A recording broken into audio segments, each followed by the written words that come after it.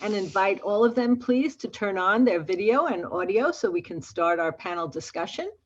And I would like to start with one question that has been posed, and then we'll continue with some more. There was a question concerning the use of measuring fasting insulin routinely, and a concern about the standardization of insulin assays, and your thoughts on that, as well as the possibility of instead using some simpler parameters such as waist circumference or BMI or A1C to help subtype better. Yeah, I mean, it's absolutely right. I mean, you can look at it as a glass half full or as a glass half empty. Do we just say insulin is not standardized, therefore it's difficult, or do we try and make an attempt globally to standardize the insulin measurement so we can implement things like such this idea of an insulinometer? I think it's probably to address the challenge, and now is the time to do it. I totally agree that other parameters can easily be measured, BMI, age, blood pressure, you know, lots of things, hyperlipidemias, all come into that equation.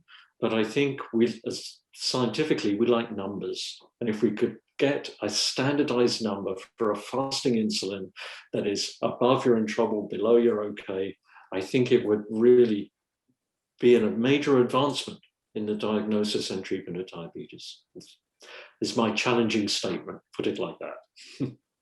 Thank you. Are there other thoughts from the panel on that?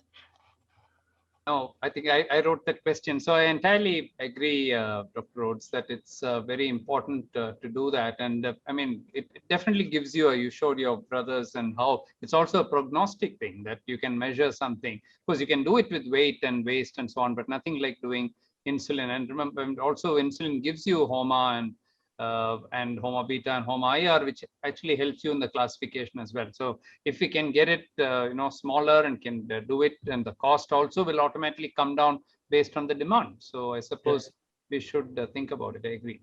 Thank you.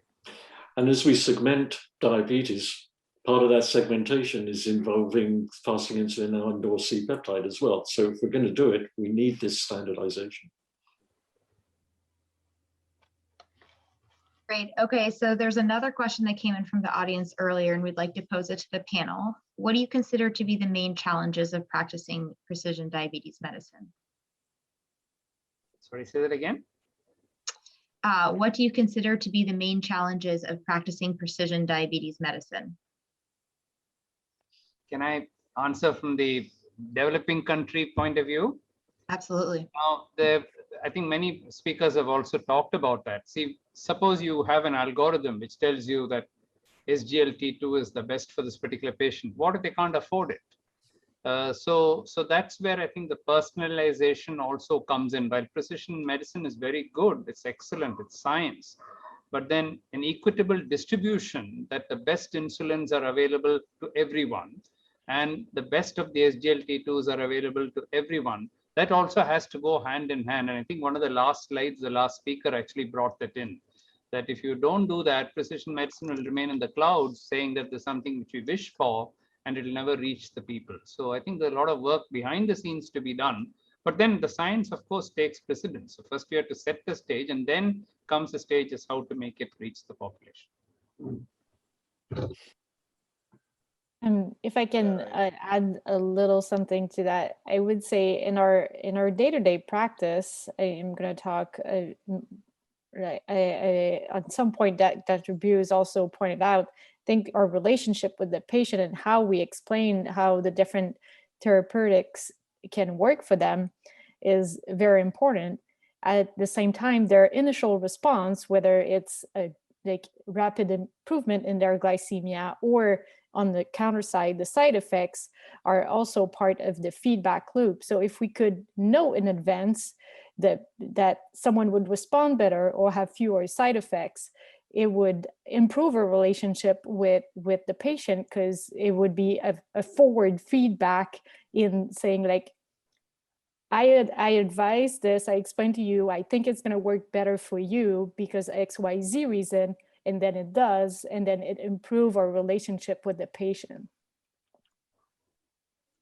I agree. I'd also add that for some of the approaches we're talking about, we need the technology in place to make it possible for a given provider to actually take the clinical traits or information and be able to determine a subtype. Right now, this is happening within large populations doing cluster analysis, and then maybe we can say, okay, my patient seems older at diagnosis, so maybe they fit more with the age related, but we don't know for sure until there's some way of putting our patient back into that framework. And so I understand there are some tools maybe coming out, but I think we need to see what happens when those are available to providers and then have some longitudinal data to see how they work in practice. Thank you. There's another question concerning population genetic genomic screening, which in oncology and cardiology currently use approaches such as targeted family history tools and the inclusion of highly penetrant and well understood variants. Can you comment if you feel a similar approach in diabetes will happen? In other words, with the widespread use of a family history tool, looking for monogenic families and or inclusion of known highly penetrant variants on population genomic screening panels be useful? And if so, how and when do you think this could happen? And will all of us include variants associated? Happy to respond to that. I mean, I think that's the dream that for a lot of providers that see patients with monogenic diabetes and recognize how that diagnosis can help patients, that we'd love that there'd be more widely accessible genetic screening. Right now, so the predictions are about 0.4% of all diabetes is monogenic, and then for younger age of diagnosis, less than 20, it's somewhere around 1 to 3% are thought to be MODY or monogenic diabetes. So I mean, there's a lot of patients that are not yet diagnosed. So I think if it would be fantastic, there are just barriers right now in terms of access to genetic screening.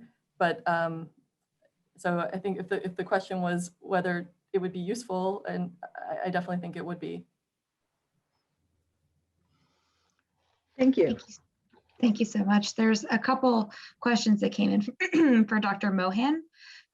Do you have thoughts regarding clustering if those from India migrate to Western countries such as the USA or Europe? Well, the genes don't change, but the environment certainly changes. And if they start eating pizzas and burgers instead of perhaps it would change. The body weight would certainly change. And there's been, earlier data, we used to say that in my father's time, my father was the earliest diabetologist of India. So he used to say that when Indians migrate to the US, they get more diabetes. But recently we have proved the opposite, because people in the US are mostly, the Indians, they're mostly of the higher socioeconomic status. So they've started exercising, they've started losing weight, they're eating salads, they've cut down their rice, they're eating brown rice now. So they actually have lower diabetes rates than we have in India back now. So it could be the other way around. If you move from US to India, you may get more diabetes now. So yes, certainly the environment changes, and with that, your profile can change. If you put on 20 kilos, you're going to get insulin resistant. Whether you measure insulin or don't measure insulin, you are going to get more insulin resistant. With that, your phenotype can definitely change. Thank you. There's one other question. Can the phenotypes be related to intra-abdominal adipose tissue content? Absolutely, because I think that's what insulin resistance is all about. So if you measure, remember, even in the Alquist study, that's what they showed, that the hepatic fat is more in the insulin resistant variety. And so the thin ones, the SID variety, they have very little abdominal fat. We measure ultrasound routinely for all our patients, and they very little of abdominal fat they have. But if you take the other types, the insulin resistant variety, they have a lot of abdominal fat. So they have fat in not only in the liver and in the visceral and subcutaneous abdominal tissue, but also in the pancreas. Believe it or not, you actually get fat in the pancreas, and that's one of the things which reverses. In Roy Taylor's studies, when they lost 15 kilograms in weight, the fat in the 2 grams of fat in the pancreas, if it goes away, your diabetes disappears. All it needs is 2 grams of fat in the pancreas. So absolutely. Thank you so much. I have one last question, and this idea of engagement from individuals with diabetes came up multiple times this morning, and we heard about it from Mr.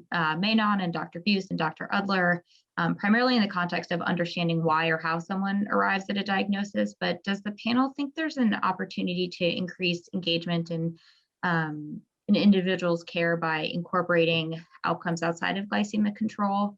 And is that something that we should start prioritizing now? So nobody's answering, I can try. So obviously we talk about the ABC. So apart from the A1C, the blood pressure and lipids go hand in hand. So 3 at least are there. But then there's also a role for the D, the ABCD, and the D stands for discipline. So independently, healthful eating as well as exercise are independently needed to prevent, especially to prevent the macrovascular complications. So apart from glycemic control, definitely need blood pressure control, you definitely need lipid control, and that's what the STENO2 study showed. And then apart from that, if you have also exercise and so on, I think people with diabetes can do as well as people without diabetes. Okay. John, did you have a comment? I don't think. Okay. We can hear you. Yeah, now we can. Yeah, I do think that it's sort of the whole package of how an intervention works for a patient, or even making the diagnosis of diabetes, or, you know, if you put yourself in the shoes of a patient or a primary care doctor, or the relationship between the two, it's really, you know, what are people's long-term goals in life? What's important to them today? What are they thinking about in the future? Diabetes in the grand scheme of things can be either a really important factor in someone's life, or it can be kind of a non-issue that they manage to take care of well. It's, you know, there's the thing I love most about working with patients with diabetes, every single interaction is different. You know, you think of it as one disease. I've probably cared for 3,000 people with diabetes, and my guess is it's about 2,999 flavors among them. Well, thank you so much. Unfortunately, our time is over. I want to thank all the speakers again for their very informative presentations and perspectives, and to thank all our attendees. And tomorrow we have more excellent workshops and another great plenary session. It's entitled History to Future Policy, Broader Context for Precision Diabetes Medicine. So I thank you again, and we look forward to seeing you tomorrow. Thank you, everybody. Bye-bye. Thank you. Thank you to the outstanding moderators. They were the best. Absolutely. Thanks.